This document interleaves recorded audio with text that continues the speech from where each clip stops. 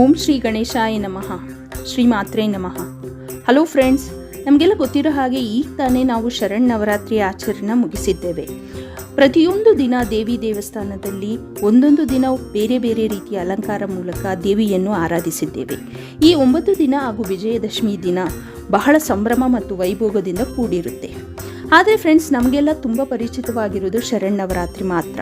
ಆದರೆ ನಮ್ಮ ಹಿಂದೂ ಸಂಪ್ರದಾಯದ ಪ್ರಕಾರ ಒಂದು ವರ್ಷಕ್ಕೆ 4 ನವರಾತ್ರಿ ಇದೆ. ಅದು ಚೈತ್ರ ನವರಾತ್ರಿ, ಆಷಾಢ ನವರಾತ್ರಿ, ಶರನ್ನವರಾತ್ರಿ ಹಾಗೂ ಮಾಘ ನವರಾತ್ರಿ.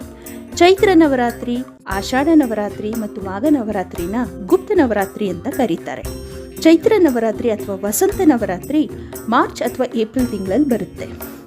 ಉತ್ತರ ಭಾರತದಲ್ಲಿ ಮಹಾರಾಷ್ಟ್ರದಲ್ಲಿ ಇದನ್ನು ಗುಡಿ ಪಾಡ್ವಾ ಅಂತಲೂ, ಆಂಧ್ರ ಪ್ರದೇಶ, ತೆಲಂಗಾಣ ಹಾಗೂ ಕರ್ನಾಟಕ ಭಾಗದಲ್ಲಿ ಯುಗಾದಿ ಅಂತ ಮೊದಲನೇ ದಿನವನ್ನು ಆಚರಿಸ್ತಾರೆ.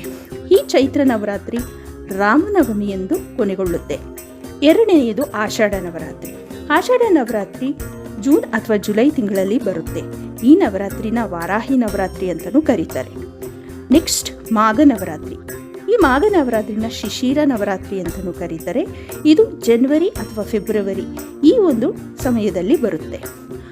ಚೈತ್ರ ನವರಾತ್ರಿ, ಆಷಾಢ ನವರಾತ್ರಿ, ಮಾಘ ನವರಾತ್ರಿನ ಗುಪ್ತ ನವರಾತ್ರಿ ಅಂತ ಏನಕ್ಕೆ ಕರೀತಾರೆ?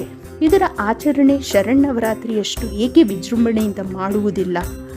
ಕೆಲವೊಂದು ಭಾಗದಲ್ಲಿ ಮಾತ್ರ ಇದನ್ನು ಏಕೆ ಆಚರಿಸ್ತಾರೆ?